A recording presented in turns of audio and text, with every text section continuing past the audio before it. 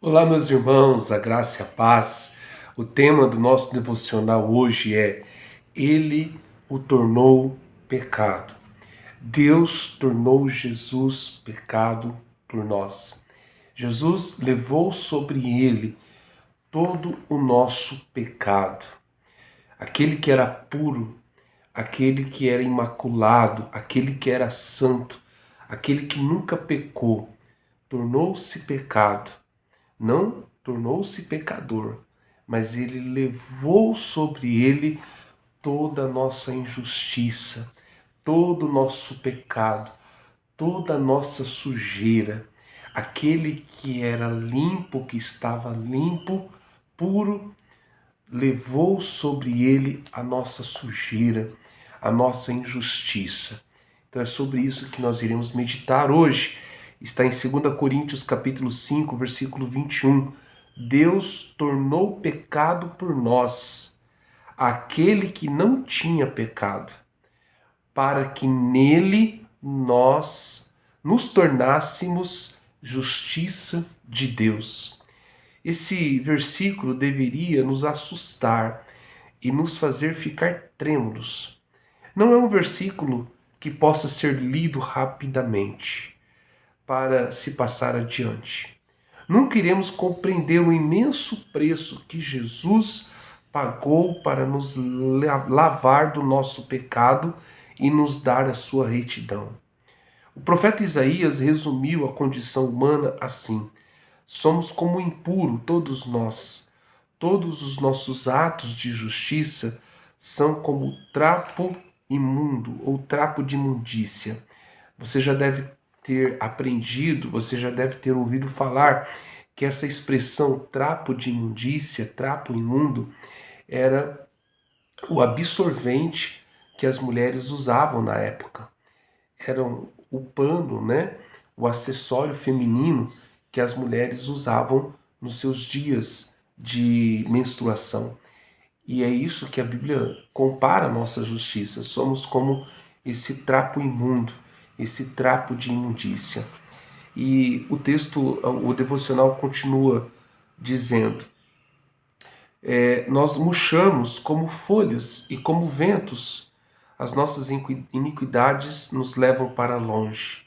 Mesmo o sumo sacerdote Josué, em sua posição mais elevada entre o povo de Deus, estava vestido de roupas sujas diante de Deus. Isso está lá em Zacarias capítulo 3, versículo 3, quando tem a profecia do renovo, né? O renovo ali aponta para Jesus, mas o profeta Josué, ele estava imundo, ele estava com as roupas sujas.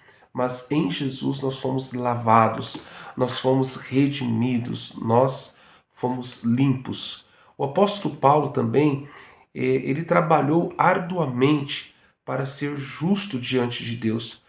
Percebeu que os seus esforços mais extenuantes para agradar a Deus não tinha mais valor do que o lixo. Está lá em Filipenses capítulo 3, né, quando ele vai dizer: eu tenho por perda todas as coisas pela supremacia de conhecer a Cristo, e mais do que isso, eu considero todas as coisas como esterco, como lixo, se comparadas a Jesus Cristo, ao conhecimento de Jesus. A situação em que a humanidade se encontra é que nada do que possamos fazer poderá chegar perto do anseio de Deus por retidão. Mas o milagre da misericórdia de Deus é que ele troca nossas roupas sujas por vestes esplêndidas de retidão. Zacarias 3:4. Interessante que quanto mais, né, por mais que a gente se esforce, por mais que a gente busque uma justiça própria, por mais que a gente busque, né, se limpar espiritualmente com os nossos próprios esforços, né, procurar estar limpo e reto diante de Deus, viver em retidão diante de Deus, por mais que a gente tente fazer isso com os nossos próprios esforços, né? Algumas religiões, algumas crenças até ensinam algumas coisas, né? para que o homem procure esse caminho da justiça própria, da retidão própria, mas nós não conseguiremos. Nós precisamos reconhecer que em Jesus as nossas vestes foram limpas, que em Jesus nós fomos feitos justiça de Deus. A retidão que eu e você podemos viver está em Cristo Jesus. Nessa troca extraordinária, Deus colocou o pecado da humanidade sobre o seu Filho justo. Jesus se tornou tão identificado com o nosso pecado que as Escrituras dizem que Deus o tornou pecado em nosso favor. O Santo Filho de Deus fez isso por nós. Receber sobre si a ira do Pai por causa do pecado que ele tomou sobre si foi muito mais doloroso do que qualquer rejeição humana ou mesmo sofrimento físico. Eu, particularmente, acredito que a grande agonia que Jesus teve lá no Getsemane, quando Jesus ali, ele chora, né? Quando dos seus poros saem, né, gotas de sangue, e Jesus, em grande agonia de alma, agonia de espírito, ele não estava ali com medo do sofrimento físico, ele não estava ali temendo, né, cair nas mãos dos soldados romanos que eram violentíssimos. Ele não estava temendo os açoites, o espancamento que ele sofreria, ele não estava temendo a cruz, a morte e o sofrimento físico, mas acredito que essa agonia ela está relacionada ao fato de que ele receberia o peso do pecado da humanidade. Ele seria atingido pelos pecados de toda a humanidade.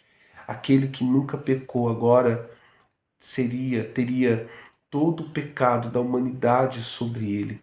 Aquele que era santo, aquele que era puro, agora precisaria levar sobre ele os nossos pecados, as nossas iniquidades. E ele foi castigado, ele foi moído, ele sofreu, como o profeta Isaías vai dizer, para nos trazer paz. O castigo que nos traz a paz estava sobre Jesus. Esse é o sacrifício que ele fez por mim, por você, para que hoje nós pudéssemos ser retos diante de Deus, pudéssemos ser justos diante de Deus.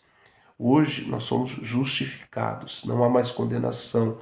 O pecado, ele foi pago, ele foi perdoado, ele foi redimido. O preço, a dívida que existia, que nós não poderíamos pagar, ela já foi paga por Cristo Jesus. Nunca veja de maneira banal a retidão que nos foi dada por Deus. Nunca veja o perdão pelos nossos pecados como uma coisa qualquer. Perdoá-lo e torná-lo reto custou a Deus um preço terrível. Caminhe de maneira digna da retidão que ele deu a você. Então nós somos retos e justos porque Jesus pagou o preço por nós. Que possamos valorizar mais ainda o sacrifício do nosso Senhor Jesus Cristo. Que Deus abençoe a sua vida.